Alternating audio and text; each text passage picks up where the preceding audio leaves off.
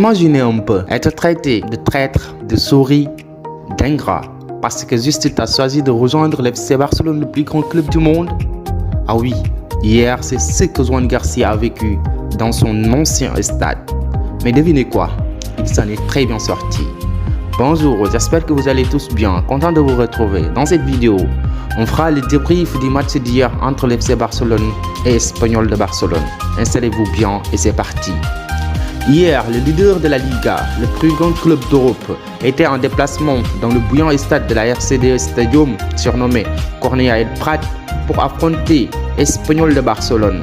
Ce fut vraiment un match très intense, très assez, parfois avec plein d'engagement. À la première mi-temps, l'FC Barcelone a vécu quand même une période pas facile, mais aussi très décousue, où le Barça n'a pas vraiment réussi à imposer son jeu, notamment grâce à un très bon adversaire en face.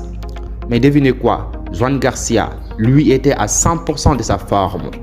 En effet, le portier espagnol nous a vraiment sauvé les meubles, malgré les huées, les insultes des supporters à répétition.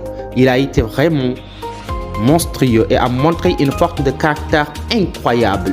Ses arrêts décisifs ont permis au FC Barcelone de rester dans le match et surtout d'éviter de concéder des buts. Il a livré une performance monstrueuse qui a vraiment fait la différence avant la pause. Alors, il fallait quand même changer quelque chose à la seconde mi-temps. C'est que le coach allemand a très bien compris en faisant rentrer Dani Olmo et Fermín López. Croyez-moi, ces deux joueurs ont donné la victoire au FC Barcelone. Dani Olmo, ah oui, disons que depuis quelques matchs, il a souvent été décisif avec le FC Barcelone. Ça se voit qu'il est en train de progresser.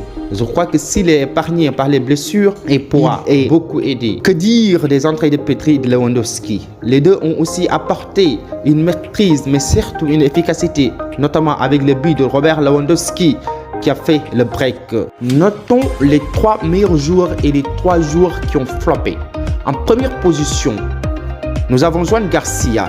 Le portier espagnol a été élu homme du match avec notamment une note de 9,5 sur 10 avec 6 arrêts décisifs. En deuxième position, nous avons Fermín López. En seulement 45 minutes, le milieu de terrain espagnol a eu une performance de 8,5 sur 10. Il a été le joueur providentiel avec notamment 2 passes décisives. En troisième position, nous avons Dani Olmo qui s'en est sorti avec une note de 8 sur 10. Alors, par rapport aux joueurs qui ont floppé, en numéro 1, nous avons Ferran Torres qui a eu une note de 3 sur 10. Il a été très discret. Il a complètement manqué son match d'hier.